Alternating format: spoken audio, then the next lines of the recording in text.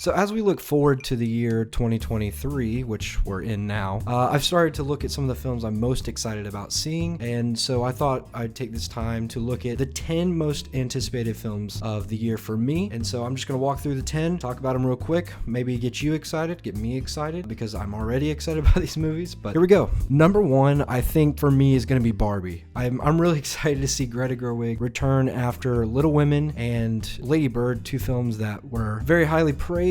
Lots of people were loving them. I loved them. And so now she has the big budget behind her as she dives into the world of Barbie, which is going to be a lot of fun, I'm sure, for most people. And just from the trailer alone, it just looks like it's going to be a blast. It's going to be fun. Very excited. And one of probably the most crazy head-to-heads we've seen in a while, Oppenheimer, Christopher Nolan's big budget film with Warner Brothers, is going to be going up against Barbie the same day.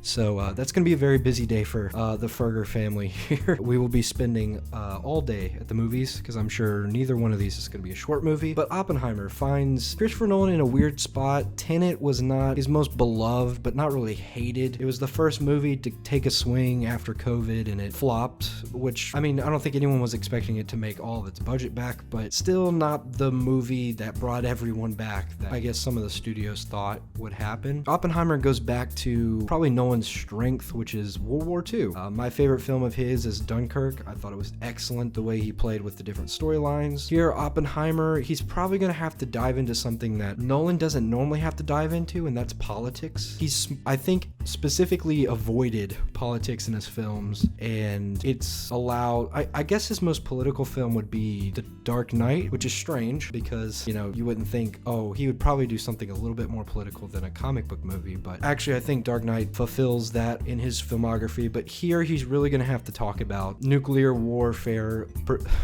you know, particularly what's going on now in the world. So yeah, it's gonna be fun. It's gonna be interesting. I'm sure it's gonna be a spectacle. It's Christopher Nolan. It's gonna be shot in IMAX. I'm sure he blew up, you know, the entirety of Nevada for this film. But yeah, it's gonna be exciting. And here, let's go to another kind of epic that people are looking to see, and that is Miyazaki's final film, supposedly. I mean, he's had like 4 final films, but the film that he's supposedly going to be finishing off with, How Do You Live? There's not much known about the film itself, but people obviously are speaking very highly of it. It's Miyazaki, the same man that made Spirited Away and Howl's Moving Castle and My Neighbor Totoro. He's a legend, probably like the godfather of animation. And so what will he finish off with? What will be his final statement? It leaves me very excited. Lots of fans of his very excited. More Studio Ghibli from the legend himself, Miyazaki. I know it's going to release in Japan in like spring or summer, but there's not like a specific date yet for the US. I'm sure it'll be a little later, but hopefully it gets here as soon as possible. Miyazaki is a legend and probably one of the greatest filmmakers in the animation medium, period. And from one legend to another, let's talk about Martin Scorsese's film, The Killers of the Flower Moon. Yes, it is a film that has been in the editing room for about a year now.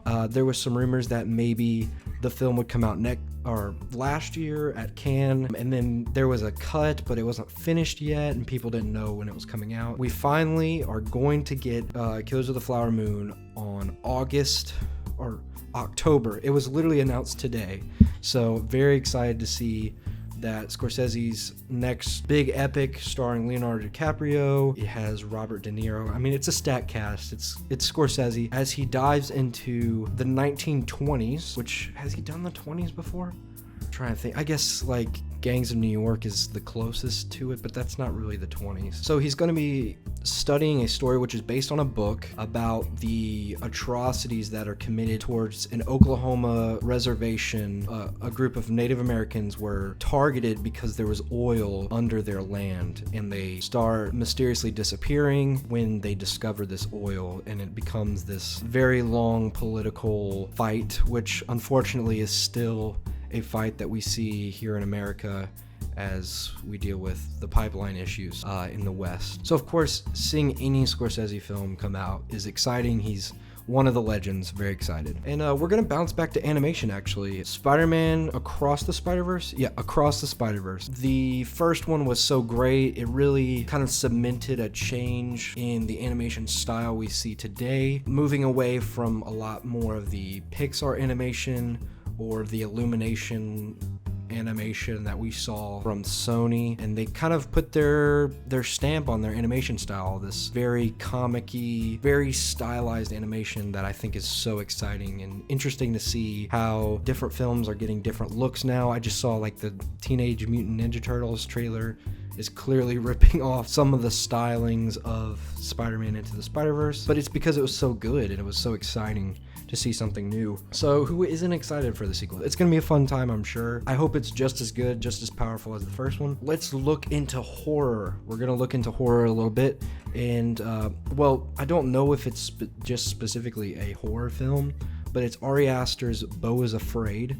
I've just recently did a video on his last film, Midsommar, which is 4 years ago now, which is nuts to think about. But he's finally returning. Film that he's been kind of talking about for a while. It was a short film originally. Now he's turned it into this long epic with Joaquin Phoenix connected to it now. We haven't seen the trailer yet. It looks insane, which is not, something new for Aster, but this is looking almost like Kaufman-esque, like we're looking very strange. A lot of nods to like almost like a stage production going on in the film. A story within a story is clearly being acknowledged in the trailer as well. I'm super excited. I think that the poster is disgusting. Like I hate the poster, but I'm very excited for the film. It's Ari Aster, one of our more exciting new filmmakers in the horror genre. So very excited. I think that comes out next month. All right, we're gonna stay big. Denis Villeneuve, Dune Part 2.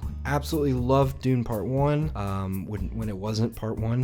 Very much excited for this. It's added even more stars to the film, great actors. Christopher Walken as the Emperor. I know it added Florence Pugh as the Princess. Austin Butler is literally going to be the rival of Timothy Chalamet, which is so funny because I feel like at this point those two kind of are the two male leads of that generation, and so it's gonna be really cool to see them work off of each other in this film. I know they're filming right now as we speak, so very excited. I thought that he did an excellent job with the first one, which people had talked about for years as being this book that was impossible to bring to the big screen. David Lynch tried it and was forced out by the studio because he was trying to do the best he could with what he had.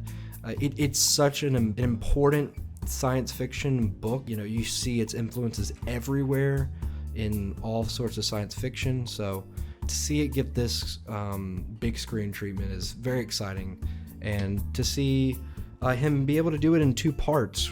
Most people don't even realize that the first movie is literally just the first third of the book. The first book is broken up into 3 like large chapters, and so part 2 is going to be the next 2 big chapters. Going to be very exciting. Going to be, I'm sure it's going to be epic and big like the first one was, and I'm very excited to see it in the theaters. Oh yeah. So Sundance is one of those film festivals that is normally hit or miss. You don't hear too much a lot of times, but when you do hear something, it normally signifies something great. And the one this year that everyone was talking about at Sundance was Past Lives. This is a film debut from, I want to get their name correct. So this is the directorial debut of Celine Song, and it is a story of 2 friends, childhood friends that are separated when the girl moves to America. I think they moved to America, and then like 10 or 15 years later, they meet again and they kind of have this reconnection story, and I'm just very excited. I know it may seem like, oh, that's been done before, but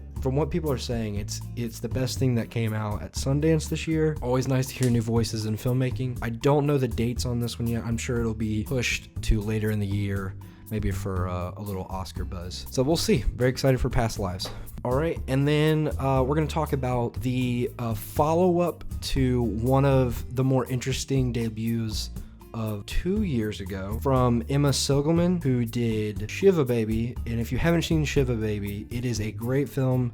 It's kind of where Rachel Senow got her first start, her first big role as a girl who's trying to navigate a shiva, which is a traditional Jewish dinner after a funeral. But her sugar daddy is at the funeral, as well as her ex-girlfriend and her whole family. It is an anxiety attack. It almost reminds me a little bit of what the Safdie brothers are doing with this very New York style of quick filmmaking and like very anxious filmmaking. It's a very good film, and I'm very excited to see that Ayo, I always mess up her name. So Ayo Edebiri from The Bear is going to be joining Rachel Snow again, being in this film, in the film Bottoms, which is a Fight Club meets 2023. I'm just going to read the lineup for you, or the description for you. Two unpopular queer girls in their senior year start a fight club to try to impress and hook up with cheerleaders so they can lose their virginities before graduation. It looks like it's going to be a lot of fun. It looks like it's going to be, it just looks like it's going to be fun. There's a lot of great people attached to it. Looks like it's going to be great. Very excited.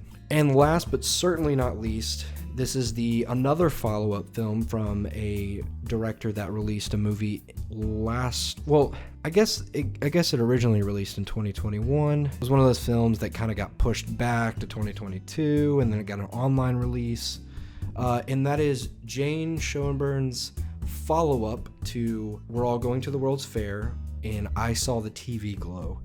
Now, I don't know when this film is coming out. I don't know actually if this film's going to come out this year. I just want to highlight it because I think that this is going to be a really great movie. I really liked what they did in their their debut film.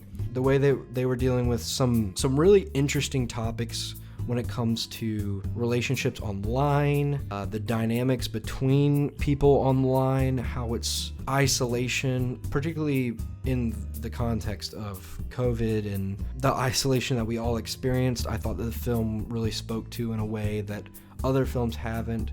And just overall in general, even without that context, I felt like it spoke to the loneliness of the internet and the fear and the kind of darker side of it that isn't really exposed, and not in like what was the Unfriended series or whatever, where they were like on Zoom or something like that, and not like that, like genuinely getting at some of the themes of the internet and how it's kind of terrifying, and the separation in reality between what's real and what's not.